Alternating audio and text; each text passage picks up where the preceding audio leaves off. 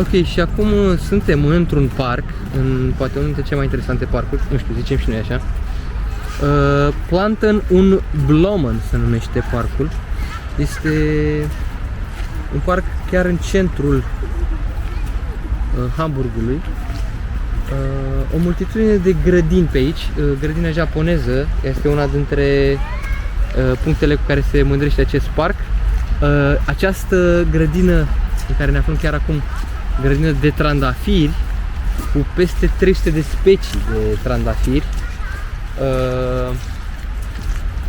Parcul ăsta, da, nu, în momentul de față sunt cam ofiliți trandafirii, nu prea sunt într-o formă bună. Dar totuși mai sunt câțiva așa răzleți.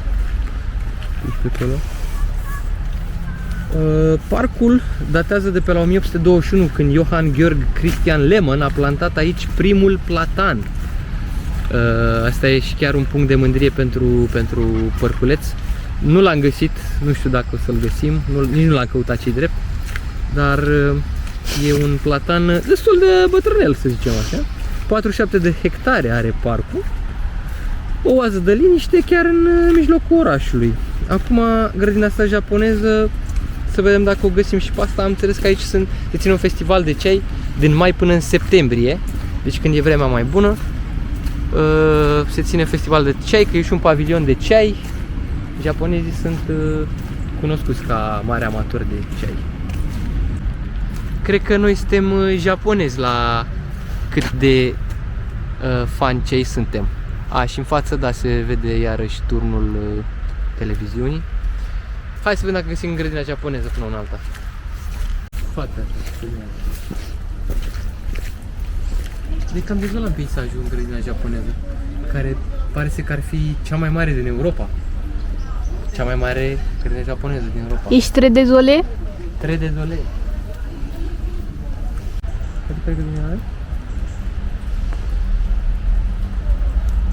Ciugulește ceva acolo.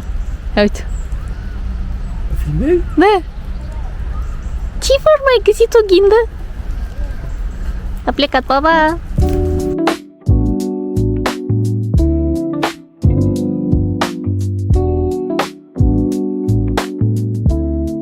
Am ajuns la lacurile Alster. Mă rog, asta e partea mai mare a lacului, iar încolo este, mă rog, celălalt lac mai mic care e chiar în centru, spre care ne îndreptăm chiar acum. Cred că ce se vede acolo este biserica Sfântul Petru. Foarte, foarte tare cum i-a amenajat malul lacului, pietonal și pentru biciclete și pentru alergători, pentru toată lumea. Interesant că în parcul unde am fost mai devreme, în Planten, am căutat tot așa o toaletă, am găsit o toaletă, bineînțeles contra cost, și Oana vorbea cu mine și a auzit limba română, vorbind, a auzit cel care avea grijă de toaletă și a auzit că era limba română limba lui și a intrat în vorbă cu noi. Un român de 11 ani în Hamburg, cu familie, cu tot aici. Viața, zice că e din ce în ce mai grea. Au crescut toate prețurile odată cu inflația asta de peste tot și nu prea se mai ajung cu banii nici românii noștri, nu prea se mai ajung nici ei, nici nemții în momentul ăsta. Recesiunea stă să bată la ușa lor, chiar destul de prost economic în zilele noastre. Și omul se gândește, are în continuare în inimă țara lui, se gândește să întoarcă la un moment dat. Dar de 11 ani în Hamburg se descurcă, e ok, dar nu de vis. Da. Asta e cu românii noștri și cu noi românii plecați prin prin alte țări să ne căutăm un trai mai bun, mai decent. Un trai decent. trai mai bun decât acasă. Probabil tot acasă o să ajungem într-un final. Toți.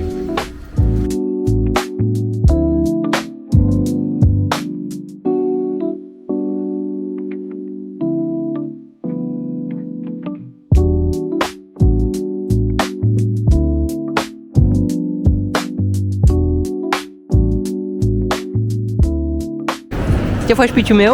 Bună seara! Bună seara! Cum te simți? Cum se zice bună seara? Revergorată. Revergorată. Guten nicht. Nu, nicht e nimic. Mă rog. Guten. Toate guten. Ale guten. Suntem și în gara centrală, mă rog, nu e gara centrală, de fapt e chiar gara de nord. Am ajuns și pe aici, nu știu cum am ajuns, ba știu foarte bine cum. Am mers să mâncăm ceva rapid, că era în drumul nostru. Și acum am zis să facem și o filmare, dacă toți suntem aici. Și pentru că e o gară foarte, foarte drăguță. E o construcție foarte drăguță. Metalic, tot frumos, industrial, stilul clasic.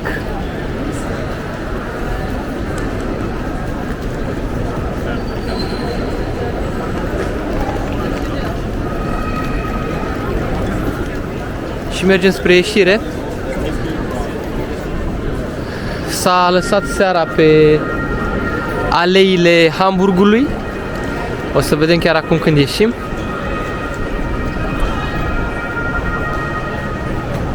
Dar noi suntem ok. Noi suntem bine. Am mâncat. Ce? Poftim? Ce poftim?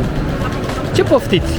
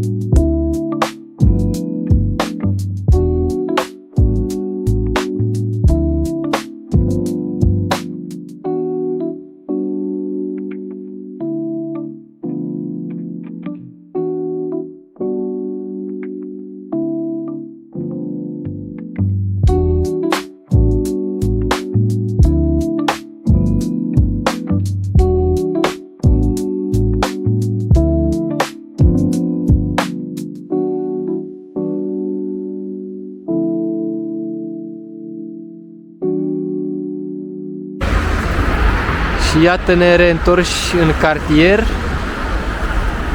Soldatul care e de strajă chiar la începutul străzii și chiar la începutul cartierului. Această structură interesantă. Da, și strada este Reeperbahn sau Reeperbahn. Pe partea cealaltă avem Operettenhaus. Iar fix aici începe strada aceasta atât de multiculturală, multicoloră și pestriță a vieții de noapte și a vieții din Hamburg. O mulțime de baruri, de discoteci, teatre, chiar un loc unde se va amenaja sau s-a amenajat sau e în curs de amenajare un Crăciun, sărbătoarea Crăciunului. Stânga, dreapta, baruri peste tot. Avem aici de la sex shop-uri, inclusiv muzeul sexului. Avem strip baruri, cluburi de striptease, restaurante, terase. Avem chiar și niște magazine de arme aici pe stradă. Și automat, complementar, vine și o secție de poliție amplasată undeva chiar în mijlocul segmentului stradal. În partea aceea este chiar zona de port, unde sunt o groază de vase de croazieră ajung. Probabil de aici și... Ia uite. Erotica Boutique. Intrăm un pic la Erotica Boutique. Dă-mi un mic pupic pe obrăzic. Fața lui Ana spune totul, nu vrea să dea un pupic. Ok. Da, probabil și de aia s-a dezvoltat atât de bine viața asta de noapte și industria ospitalieră pe segmentul ăsta. Mă rog, aici are loc festivalul ăsta, Rapper Ban.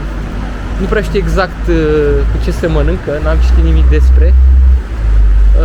Dar probabil venind foarte mulți turiști și fiind și foarte mulți marinari de-a lungul timpului, de-a lungul istoriei locului, poposesc aici și își fac damblaua. Beau o bere, beau o damă de companie, găsesc o damă, fac tururi ghidate, turiștii se învârt bani mulți prin zonă, probabil. Pe parte e un club de noapte. Chiar acum 2 seri eram uimiți de coada care se formase acolo. Se formase o coadă de, nu știu să zic, de vreo 50 de metri. Oamenii așteptau să intre pentru că era un concert. Sunt și concerte, de fapt, nu cred că e doar un club de noapte, în orice caz. Acum e ora 7, nu? Cam așa, 7. Și pare destul de relaxată strada, nu e aglomerat. Ieri seara, pe vremea asta, era foarte aglomerat. Uite că avem Mec aici și nu știam. Și e și deschis. Acum chiar este relaxat. Incredibil. Nemții cred că deja s-au băgat la somnic. Se pregătesc pentru luni, pentru ziua de muncă. Și noi ne pregătim mâine pentru ziua de muncă. Urmează să plecăm. Deci cam asta ar fi. De aici am plecat, tot aici ne-am întors. Am plecat pe zi, ne-am întors pe noapte. Și uite, mai avem și ruine. Avem și câte o ruină. Pe aici de obicei își fac veacul oamenii străzii. Sunt foarte mulți și pe aici. Oameni care consumă diverse substanțe. Și hai să mai mergem un pic mai înainte.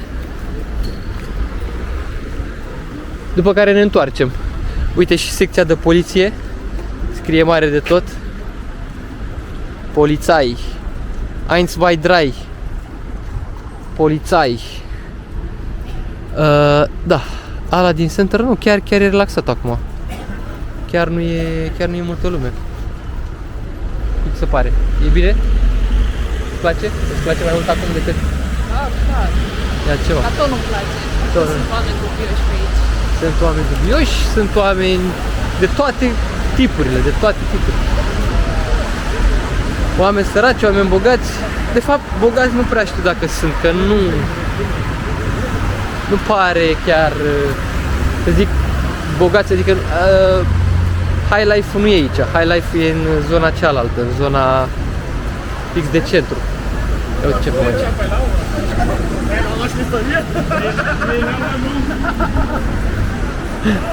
Prostii pentru copii de toate vârstele. Bă, da, chiar n-am văzut, chiar aș vrea să văd magazinele alea de arme. Chiar or fi, așa cum îmi spune. Asta